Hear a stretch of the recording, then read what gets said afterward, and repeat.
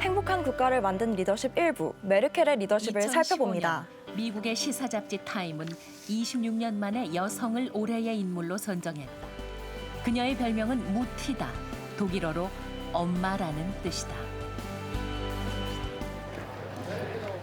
독일 집권당의 전당대회를 앞두고 막바지 준비가 한창이다. 2017년 당시 독일 총리였던 메르켈. 메르켈이 기자들 앞으로 다가온다. 검소한 차림과 경청하는 모습이 눈길을 끌었습니다. Wem gehört diese 300-Grad-Kamera? Die gehört der CDU. Die gehört der CDU. 기자들의 질문에도 여유가 있다. 2005년부터 2021년까지 총리직을 재임했던 메르켈. 오랜 기간 리더의 자리를 지켜온 그녀가 대단해 보였어요. Recht gut dasteht, aber das ist eine Momentaufnahme und wir müssen für die Zukunft arbeiten und da haben wir noch viel zu tun. Herzlichen Dank. 아침 일찍부터 누군가를 기다린다. 학생들 또한 메르켈을 향한 열렬한 지지와 신뢰를 보여줬습니다. 독일 베를린 인근의 유명한 성이다. 타정당과 연합했던 최고 메르켈. 권력자들이 한자리에 선 것이다. 메르켈은 자신의 주장을 고집하지 않고 토론으로 의견을 좁혀나갔다. 이념적 정체성에 집착하지 않고 소통했습니다. 1박 2일의 마라톤 회의가 끝났다. 모두 만족스러운 표정이다. 메르켈 전 총리는 말합니다. Als Kanzlerin treffe ich Entscheidungen für unser Land, für die Menschen in Deutschland. Ich muss sicher sein, dass wir auch das Richtige tun. 메르켈은 동독에서 자랐다. 그곳에서 물리학자가 됐다.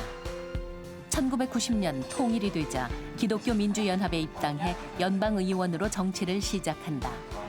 그녀에게 가장 큰 영향을 준 사람이다. 헬무트 콜은 정치 유망주 메르켈을 장관으로 발탁해 경력을 쌓도록 했다. 그러나 콜의 불법 정치 자금 모금 사실이 드러나자 공개적으로 비판하고 결별한다. 메르켈은 비리와 특권 없는 정치로 국민에게 믿음을 주었죠. 2005년 총선에서 3인당 슈레더 총리를 이기고 독일의 8대 총리가 됐다. 그녀는 콜 총리의 정책은 버리지 않았다. 고통의 현장에는 단숨에 달려가 진심으로 아파하고 위로한다. 민생 현장도 가까이 했는데요. 후쿠시마 원전 사고의 여파에서도 그녀의 리더십을 엿볼 수 있었습니다. 대형 원전 사고가 일어났다. 여파는 메르켈에게도 미쳤다. 그녀는 물리학자 출신으로 핵발전소 지지자다. 후쿠시마 사고로 핵발전소 폐쇄를 요구하는 국민의 목소리가 높아졌다. 그녀는 자신의 정책을 과감히 버리고 원전 폐쇄를 약속한다. 메르켈 리더십은 국민과 국가를 우선한다. 권력을 양보하고 정책을 힘있게 추진한다. 국민을 진심으로 걱정하고 행동으로 실천한다. 그녀가 국민의 마음을 얻는 비결이다. 진정한 정치 지도자에 대해 다시 생각해보게 되네요. 2부에서는 스웨덴을 구한 섬김의 리더십을 만나봅니다. 스웨덴은 왕이 국가를 대표하지만 실질적인 권한은 내각을 이끄는 총리에게 있다. 스웨덴은 국가별 공공청렴지수가 상위권인 나라인데요. 그 이유는 무엇일까요? 국회의사당을 마주보는 곳에 4층 건물이 있다. 스웨덴 총리가 사는 곳이다. 오래되고 낡은 건물이 소탈해 보였습니다. 스웨덴은 검소와 봉사의 정치를 지향합니다. 타게 엘란데르는 스웨덴 정치를 대표하는 지도자다. 23년의 집권이 그걸 말해준다. 그토록 오랫동안 국민의 지지를 받은 비결은 무엇일까? 제가 존경하는 정치가 타게 엘란데르는 한평생 국민을 위해 봉사한 인물이었습니다. Sitta kan jag. 그는 겸손하다. Det är det enda jag kan göra i det här programmet.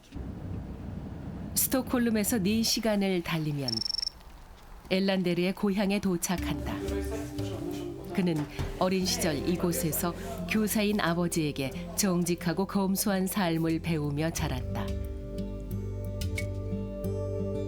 대학에서 정치학을 공부한 후 31살의 국회의원이 됐다. 그의 가족들도 찾아가 봤습니다. 소중히 보관하고 있던 부모님의 유품을 공개한다. 총리 시절 신던 신발이다. Om man bara har en, den går sönder fort. Men har man många så det här hade tagit många år. 총리의 청렴한 성품은 감동적이기도 했습니다. 감동은 계속됐다. 총리 시절 일기장도 Jag 읽어봤는데요. var så trött, jag trodde ryggen skulle gå av. Det sista året då det har liksom varit arbete för mycket, alltså det har varit svårt. Som att Tage var, och nu kommer ett svårt ord, ödmjuk. Vet du vad ödmjuk är? Va? När man inte säger jag. 자신은 집 한 채 없이 살면서도 국민의 행복을 위한 복지 제도를 하나씩 완성시켰다. 겸손한 자세로 국민을 위하는 것이야말로 참된 정치인의 자질이 아닐까 합니다. 국민들은 선거를 통해 고마운 마음을 전했다. 이번에는 협력의 정치에 대해 알아봅니다. 1992년 스웨덴 복지를 뒤흔든 글로벌 금융위기가 몰아쳤다. 부동산 가격이 폭락하자 은행에서 돈을 빌려 집을 산 사람들이 대출금을 갚지 못했고 은행까지 위기에 빠졌다. 국민은 점점 더 힘들어졌죠. 정부와 여당은 위기 해결을 위해 특단의 대책을 세웠다. 복지 예산을 대폭 줄이고 세금을 늘리는 것이다. 국민들은 받아들일 수 없다며 항의 시위를 벌였다. 이를 협의 정치로 극복한 스웨덴. 당시 3인당 지도부에서 활동하던 정치인을 만났다. 그녀는 복지 예산을 줄이는 것은 3인당에게 엄청난 희생을 요구하는 것이라고 했다. 자신들이 만든 복지 사회를 무너뜨리는 것이기 때문이다. 그러나 국가적 위기를 외면할 수 없어 중재안을 마련했다. 협의 정치가 가능한 것은 정치의 목표가 국민의 행복에 있기 때문이다. 권력을 국민에게 되돌려주는 세상을 만들어야 한다. 이것이 스웨덴 정치의 교훈이다. Alltså man måste som politiker eftersträva makt. Så makt är viktigt, men makt får inte bli självändamål. 우리도 올바른 정치에 대해 관심을 갖고 지켜보면 좋겠습니다. 지금까지 행복한 국가를 만든 리더십이었습니다.